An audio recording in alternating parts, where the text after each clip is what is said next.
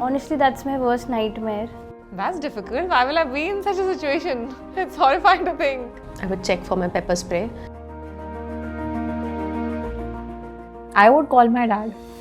I'll call my dad or my brother.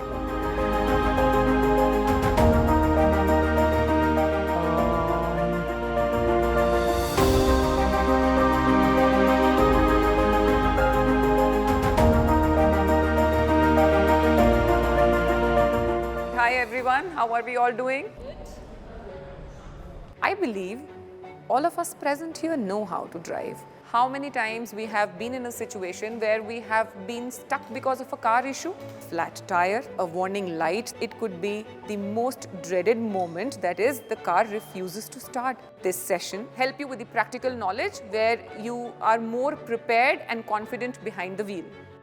The first thing that we are going to talk about is how to change a flat tire.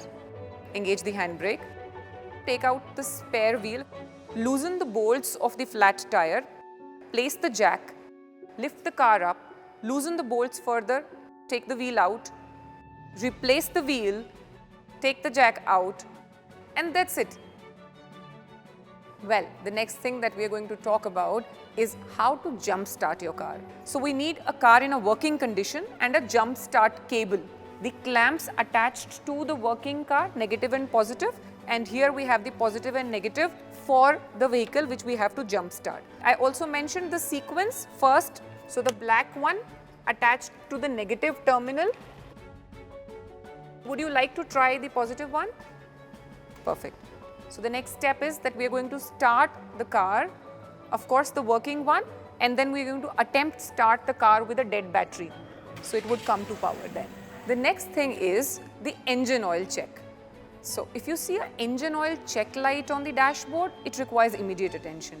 So you open the hood, you locate the dipstick, wipe it clean, and as you put it back and take out again, you can clearly see the level. If the engine oil level is low, top up if needed. Okay, next is how to fill water for the wipers. This is the windshield washer reservoir. So it's a simple task. You can just flip open it and you can pour clean water or the washer fluid inside it. Yeah, simple. That's about it. Wow. As simple. Okay, the most worrisome, we are talking about a breakdown. So the first thing is that don't panic. If possible, pull off the car towards the corner of the road.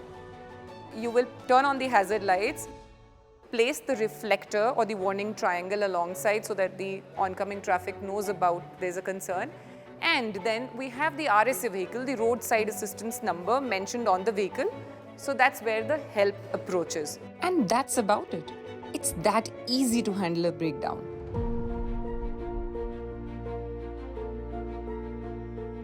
It was very informative. I learned a lot of things. It was quite insightful. It was really insightful.